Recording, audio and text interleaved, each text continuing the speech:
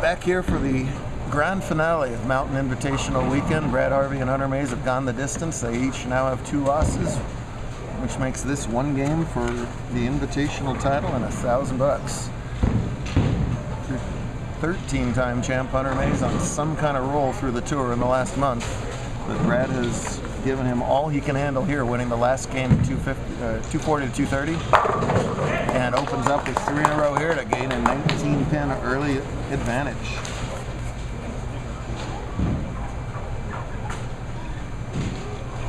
I've got about an hour and a half worth of Hunter videos on my camera right now, so it's well documented what he's been up to lately. A win yesterday, would love to go back-to-back. He tried to do that last week out in Los Angeles. Came 1 game short, does not want to repeat that again today. Struck in the first, missed a 7-pin in the second. And a little bit errant there in the third. Lost his triple elimination match player playing Keep Bowling Until I Lose 3 times. Lost his first match to Toby Sidibaka. That was 1 versus 16. That clearly irritated him because he averaged about 250 the rest of the way. But some early struggles here in the title game. Whew.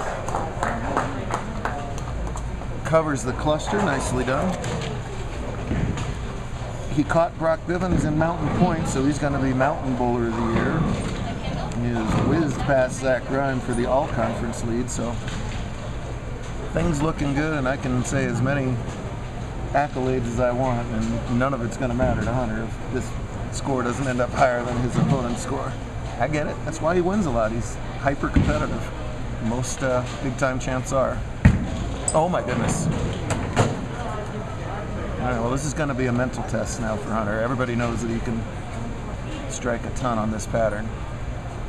And there is a ton of time left in this game, but this is where bowling becomes as much, if not more, of a mental sport than a physical sport.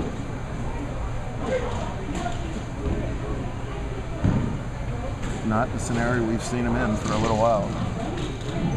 Not much of a crowd left anyway, but they would be silent either way.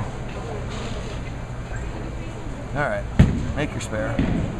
All right.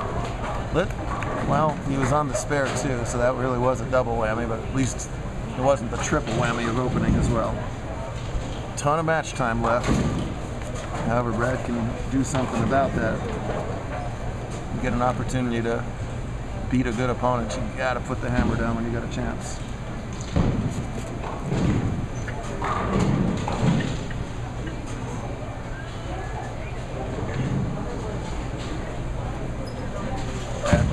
Super heavy roll. Right there, the 1-3. He's found a little shim there in the middle that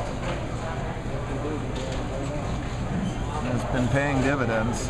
He found a lot of shim on the first ball in the 10th of the last game, but that's all right. Pins fell.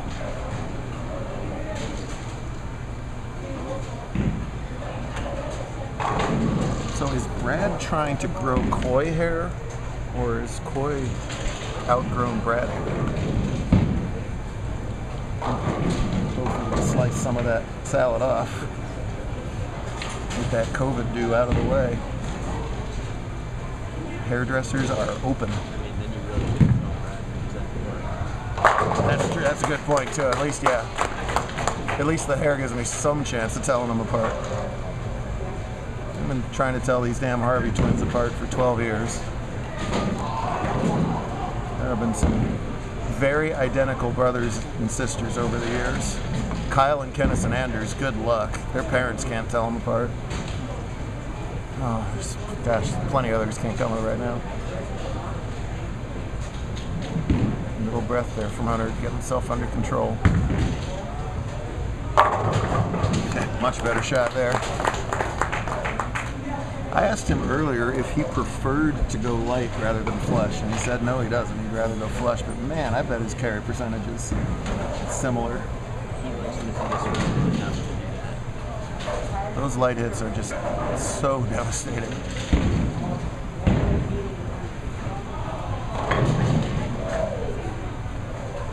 was the flush hit that did him in last game. That's 6-8.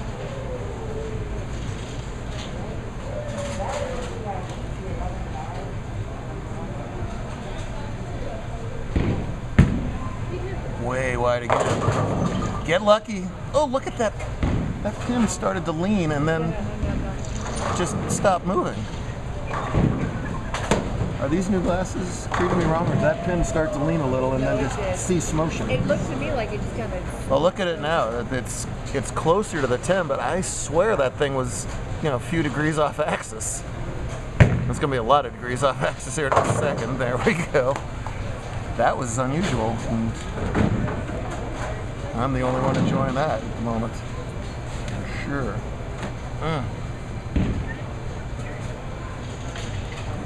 Now, if you're Brad, you need to forget that your opponent is struggling and just keep your own rhythm going here.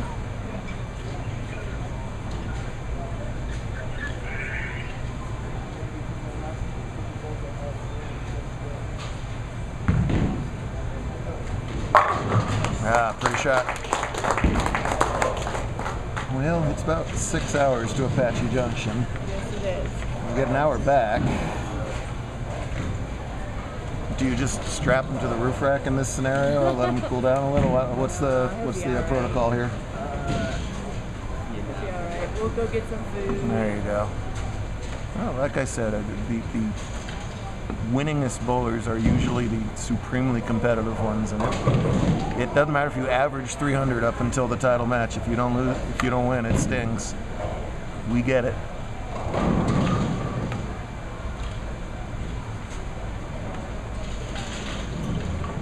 But feeling sorrier for Hunter. Let's feel thrilled for Brad, who string ends at 6, but he has been grinding it out here in New Mexico for, like I said, a decade. Rarely misses a JBT stop, so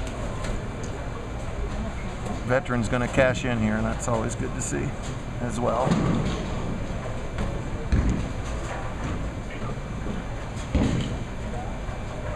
Didn't watch the last part. Kendall Balea won girls scratch today over Eileen Linares. She was plus 90 or something. Scratch today out of the handicap division. She bowled great. Lost the U17 to Jordan Womble, who came on strong at the end of the year.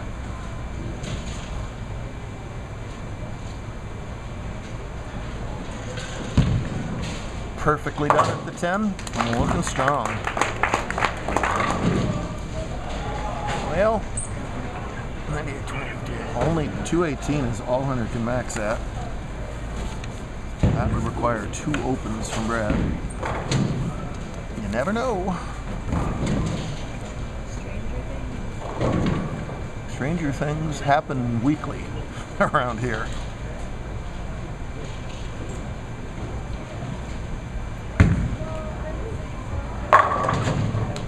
Yeah.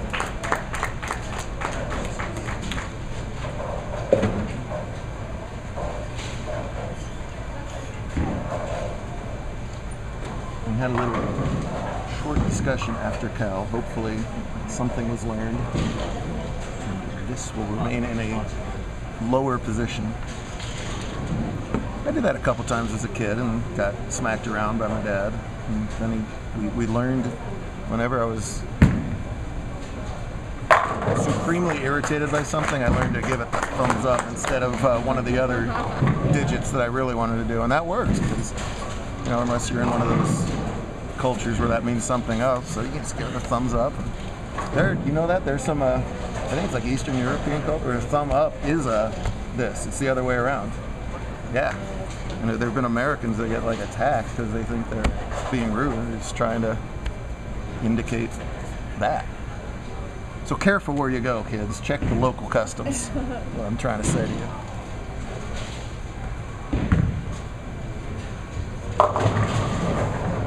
Oh boy, one of those stranger things almost did happen right there. Very lucky to break the 6-7 up into just the 6. Big thanks to Steve Mackey and the whole crew all the way out of second. Thank goodness they found a way to stay open. They had no open play for 13 months here in a row and managed to keep these weird lights on.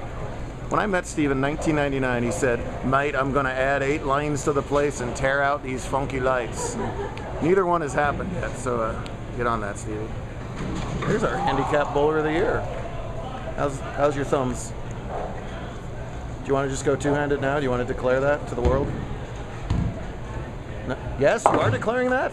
Oh, wait, I thought I had a scoop here.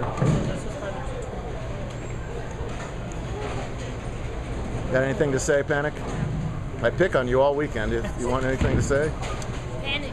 All right, good. Thank you. Perfect. Here's a lesson. The Panickers made it to the top 4. Yeah, really. Maybe panicking's the way to go.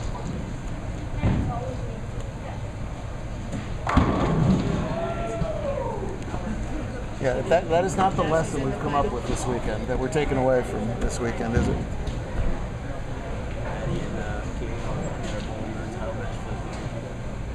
PBA Junior event going on in Mesa right now. It's Holman versus Abagana. They were 1-2 by far in that one.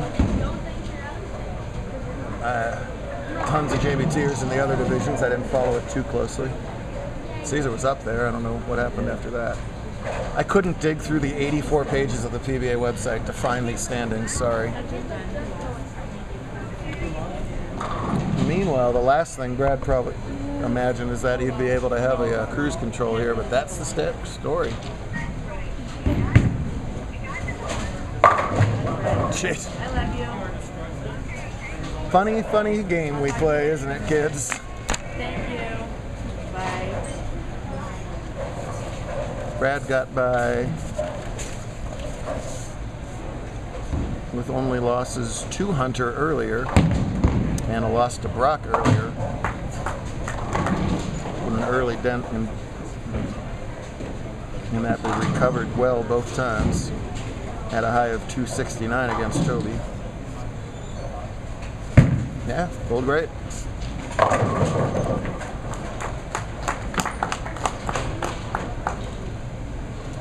Whether you're a parent and fan still clapping back here or a director, hard to know what to say to a scenario like this, but I'm going to go with not say too much. It's going to be my strategy here, just letting y'all know that right now. I keep doing these post-mortems for Hunter. I should be thrilled for Brad. I'm going to try and do that here. I got a whole free frame here to do that.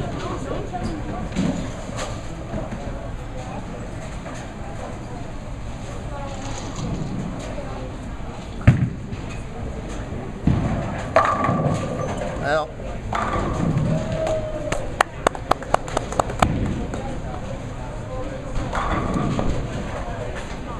title number 4 for Brad, second career invitational for Brad.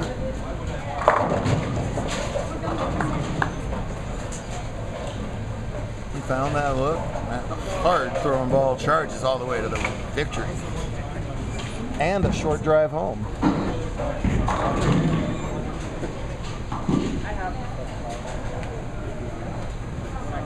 You got the mic. You going to do the announcements? No? All right. In that case, give me the mic. There we go.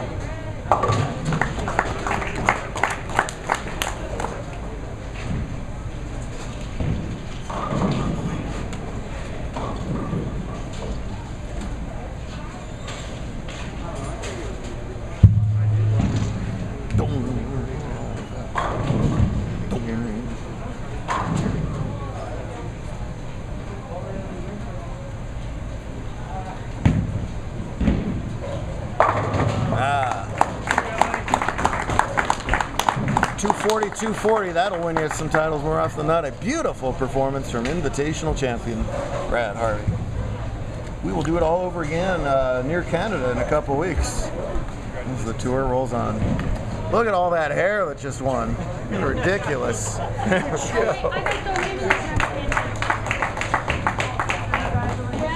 All right, boys and girls, have a wonderful weekend here at Sampson's. Once again, thanks so much to Steve and his team for hosting us. Glad they are still with us. Look forward to our next visit here, which is coming soon. We'll be back here in September. Our top 2 finishers were fantastic. Your runner-up in the handicap division, that performance was good enough to get handicap bowler of the year, Chloe Keeler.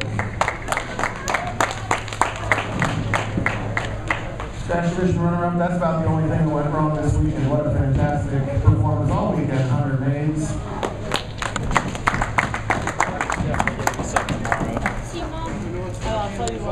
champions of the inaugural Mountain Conference Invitational under that new name in the handicap division. He was fantastic all day. Wins that match for his first career title and $1,000 top prize. From Lubbock, Texas, Coy Dixon.